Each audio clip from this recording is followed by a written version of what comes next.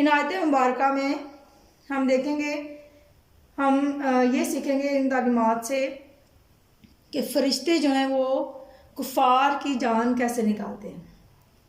فرشتے کا لفظ یعنی جمع کا لفظ میں نے اس لیے استعمال کیا کیونکہ یہاں پر اس آیت میں حضرت جو فرشتے جان نکالتے ہیں ان کے ساتھ ان کے معاون فرشتوں کا بھی ذکر ہوا ہے۔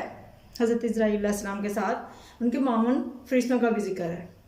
تو آئیں دیکھتے ہیں ان آیات مبارکہ میں ہمیں کیا سکھایا جا رہا ہے۔ اعوذ باللہ من الشیطان الرجیم، بسم اللہ الرحمن الرحیم۔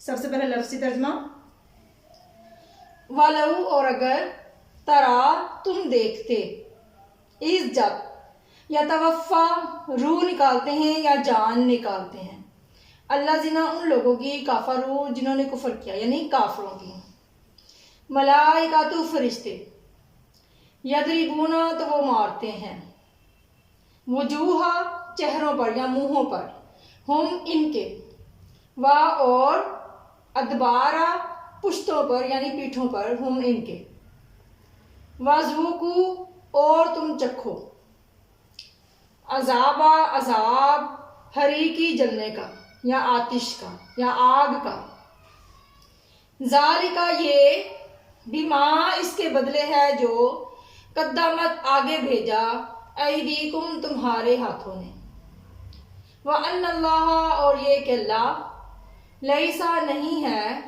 بظلام ظلم کرنے والا، للعبیدی اپنے بندوں پر۔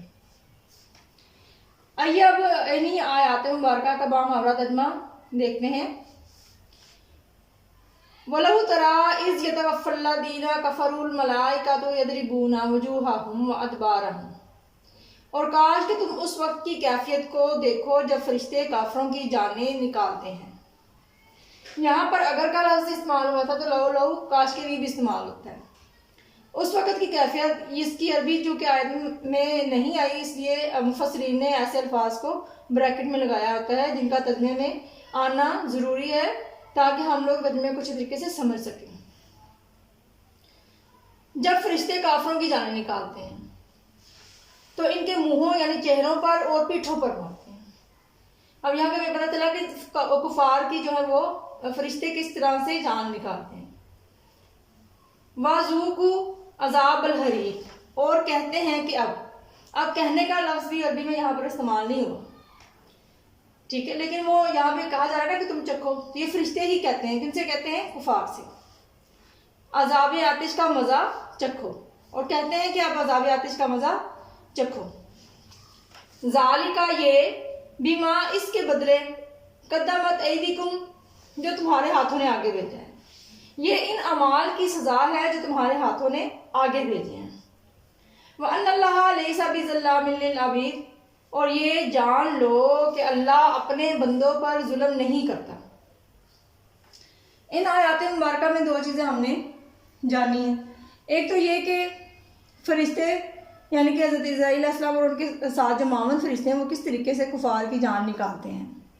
مفسرین کا کہنا ہے کہ ہو سکتا ہے یہاں پر خاص ان کفار کی بات ہو جو غزوہ بدر میں اس وقت موجود تھے اور ان کو کس طریقے سے جو فرشتے تھے وہ مارتے ہیں۔ حالانکہ جو فرشتے مار رہے ہوتے ہیں وہ انسان کو تو نہیں نظر آتا، یہ تو اللہ تعالیٰ نے ایک پردہ رکھا ہوا ہے کہ فرشتے انسان کو نظر نہیں آتے، یا فرشتے جو کام کر رہے ہوتے ہیں وہ انسان کو نظر نہیں آتے، تو اسی لیے اللہ تعالیٰ فرما رہے ہیں کاش کہ تم اس وقت کی کیفیت کو دیکھو۔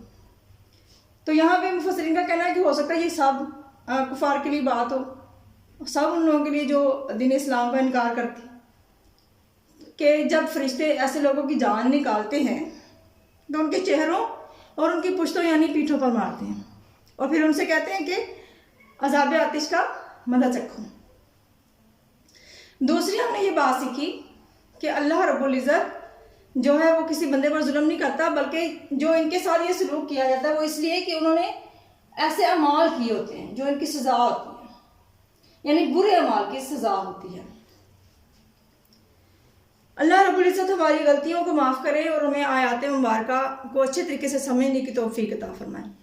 میں پھر سے کہتی چلوں گی کہ لفظی ترجمہ ضرور سیکھا کریں تاکہ جب آپ قرآن پاک کھولیں اور آیات کو پڑھ رہے ہوں تو آپ کو ہر آیت کا مطلب جو ہے وہ سمجھ آ رہا ہو۔ اس کے ساتھ ساتھ میں یہ بھی کہوں گی کہ اگر آپ کو میری یہ قرآن پاک کو سمجھنے اور سمجھانے کی یہ کوشش اچھی لگی ہو تو ویڈیو کو لائک ضرور کریں، سبسکرائب کریں اور اپنے اچھے کمنٹ سے بھی ہمیں آگاہ کریں اور زیادہ سے زیادہ شیئر کریں تاکہ دوسرے لوگوں کو بھی قرآن پاک سیکھنے کا موقع حاصل ہو سکے۔ اللہ رب العزت ہم سب کی غلطیوں کو معاف کرے اور ہم سب کے لیے آسانیاں پیدا فرمائے۔ آمین ثم آمین۔